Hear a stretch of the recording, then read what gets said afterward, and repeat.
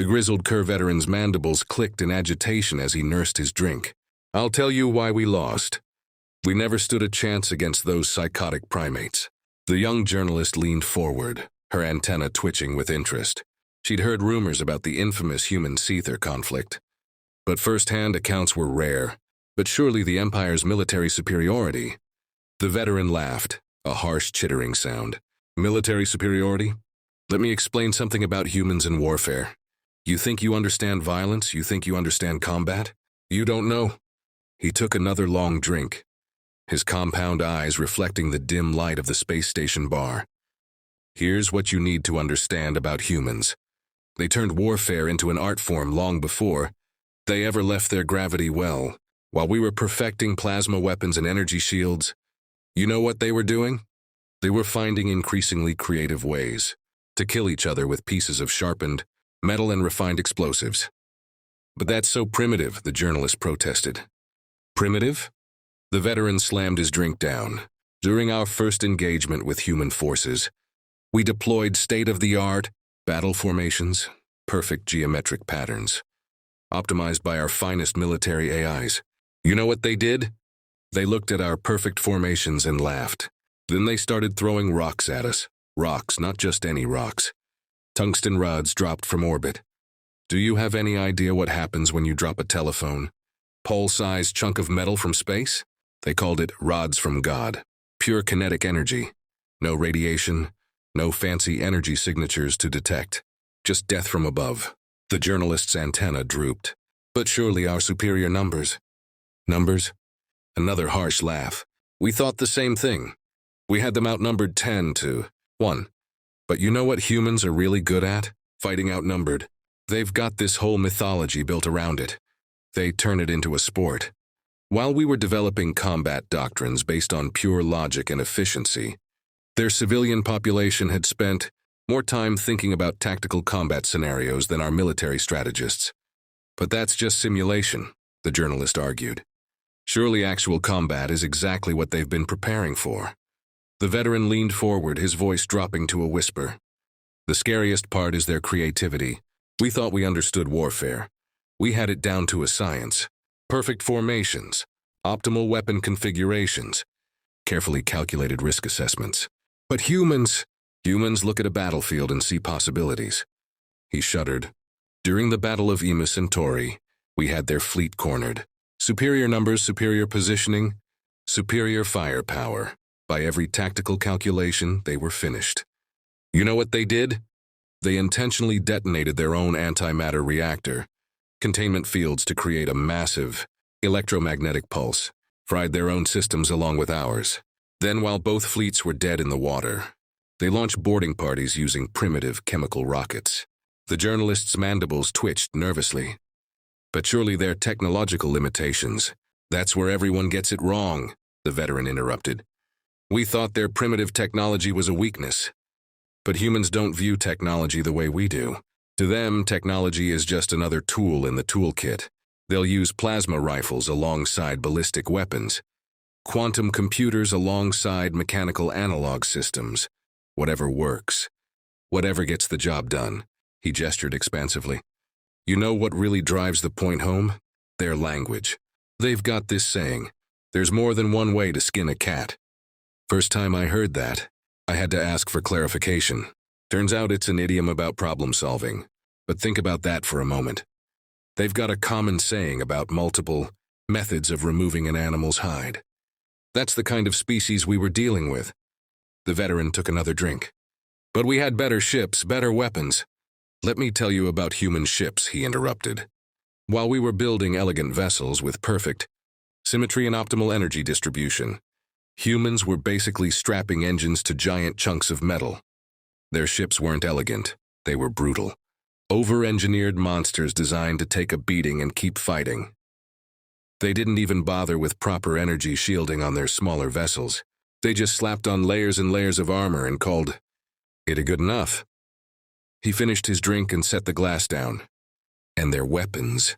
Sure, we had more advanced energy weapons. But you know what humans brought to the fight? Everything. Literally everything. Energy weapons, projectile weapons, kinetic kill vehicles. chemical weapons, biological weapons.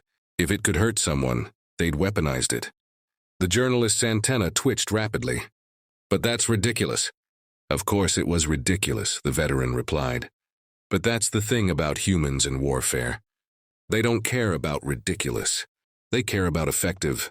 If something works, they'll use it, no matter how strange or primitive it might seem.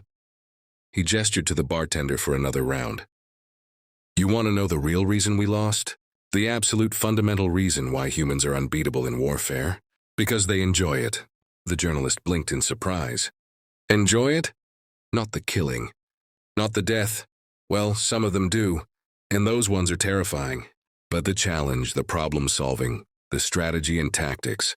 They treat warfare like a game, like a puzzle to be solved. And they're really good at solving puzzles. He shook his head.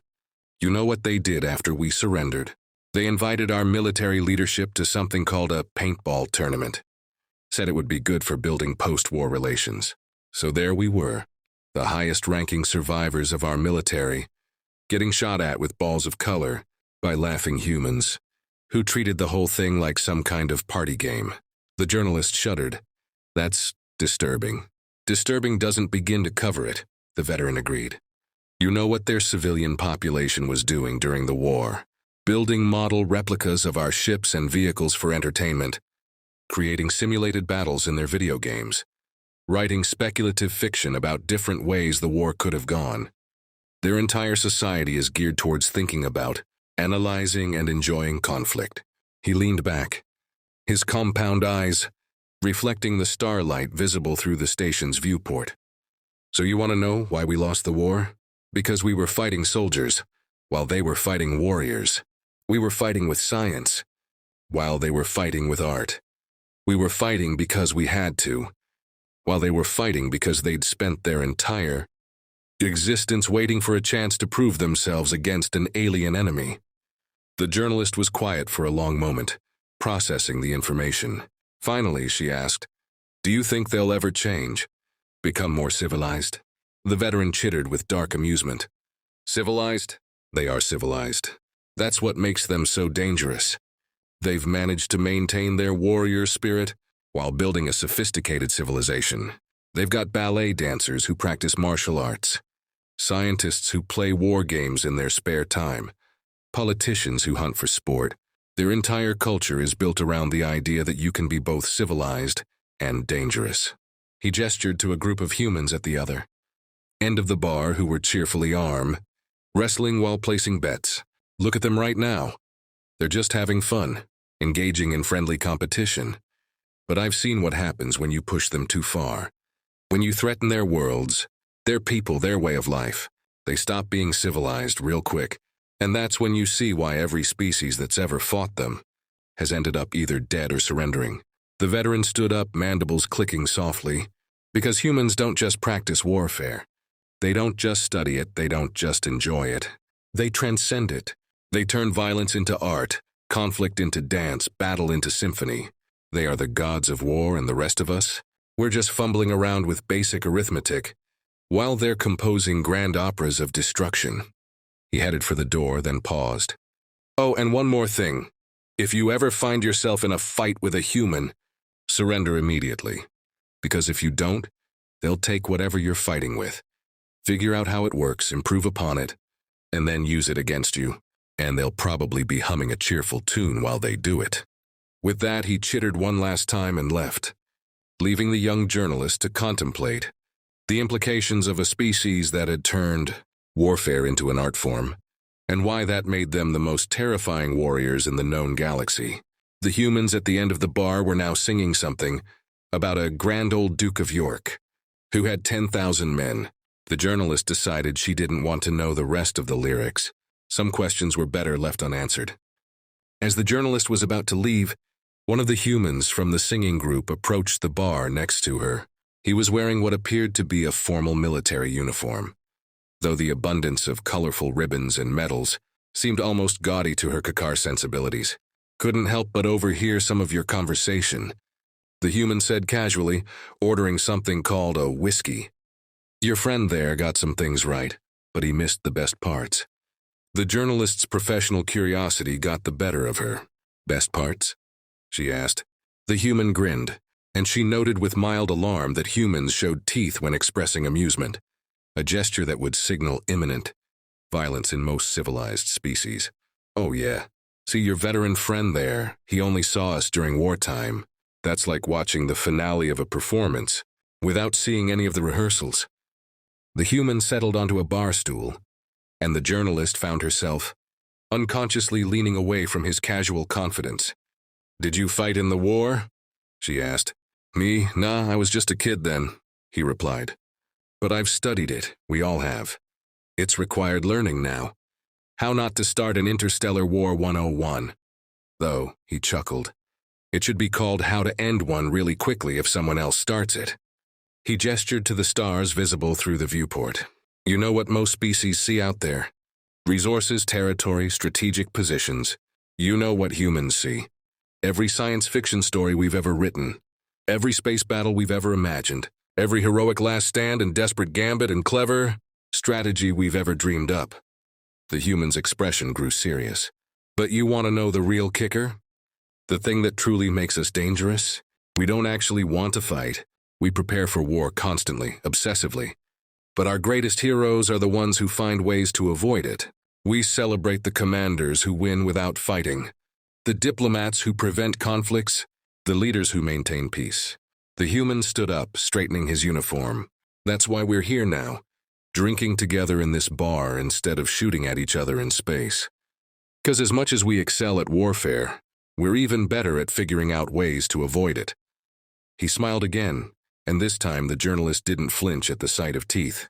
Just remember, the only thing humans love more than a good fight is a good reason not to have one.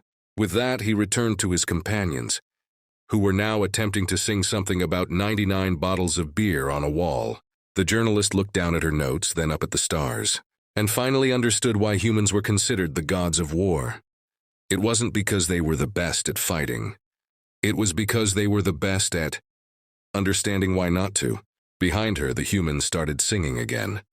This time something about a buffalo soldier in the heart of America.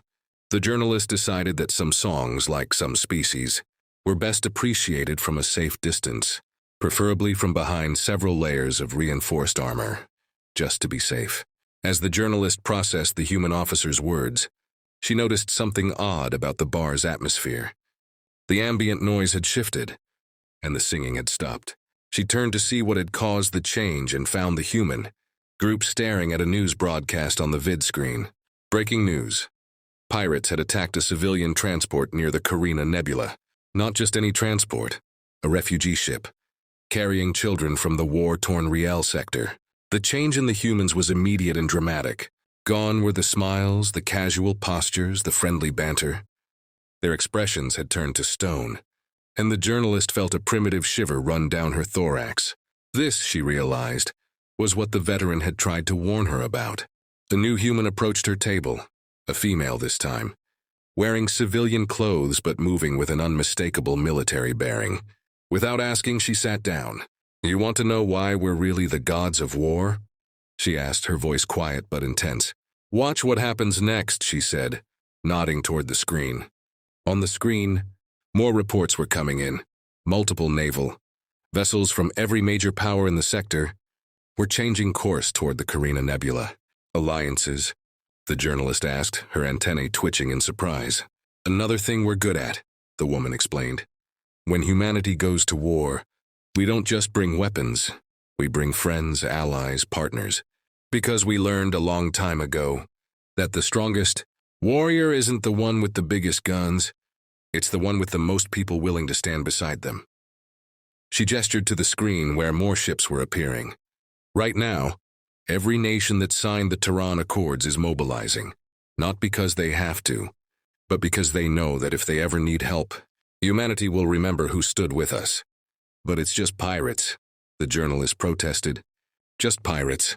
The woman's expression darkened. They attacked children, refugees, the helpless, the innocent. Do you know what that means in human terms? The journalist shook her head. It means the rules just changed, the woman said, pointing to the screen. The human officer from earlier appeared beside their table. Task force is assembled, he said. We're getting reports of similar groups forming in 3 other sectors.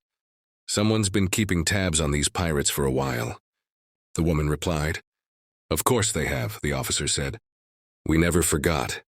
We never forget. The journalist's professional instincts kicked in. Never forgot what? The 2 humans shared a look. 3 years ago, the officer began. These same pirates hit another transport. We couldn't prove it was them, but we knew. So we watched, waited, gathered intelligence, built networks, made friends. And now they've given us an excuse, the woman finished, her smile terrifying in its calmness. A justification, a reason. And that's when humans are at their most dangerous. When we can act with full moral authority. On the screen, the first reports of engagement were coming in.